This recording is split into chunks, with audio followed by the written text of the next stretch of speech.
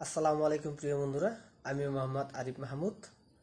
আমি x imagine music group XMG এর একজন স্থায়ী কর্মচারী, পাশাপাশি একজন নিয়োগ প্রবাসক। আপনাদের সকলকে XMG-তে স্বাগতম। আমার আজকের আলোচনার বিষয় হচ্ছে গুজব প্রতিরোধ এবং মোকাবেলা করার উপায়।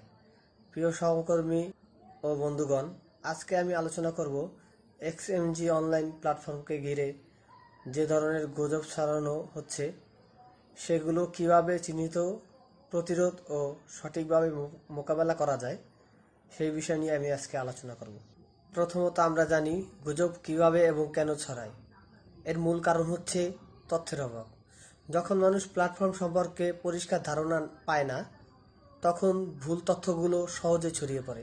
কিছু মানুষ ইচ্ছাকৃতভাবে গুজব ছড়ায়, ব্যক্তিগত ভুল বা ক্ষতির দায় প্ল্যাটফর্মের উপর চাপায়। কিছু ব্যবহারকারী ভুলভাবে কাজ করে ক্ষতিগ্রস্ত হলে সেটাকে গুজব হিসেবে ছড়িয়ে দেয়।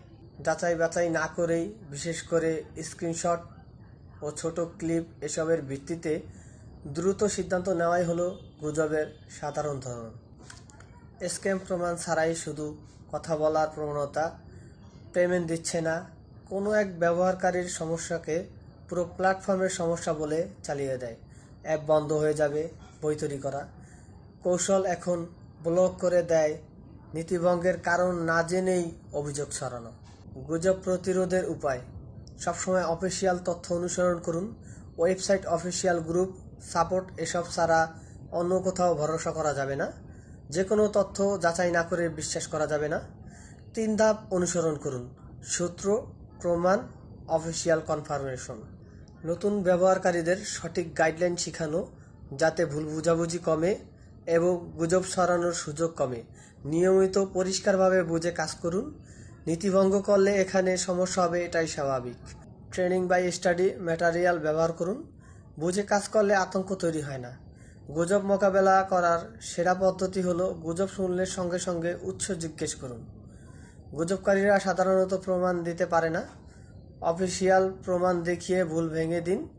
ডকুমেন্ট, অ্যানাউন্সমেন্ট, নীতি এসব আসার প্রমাণ।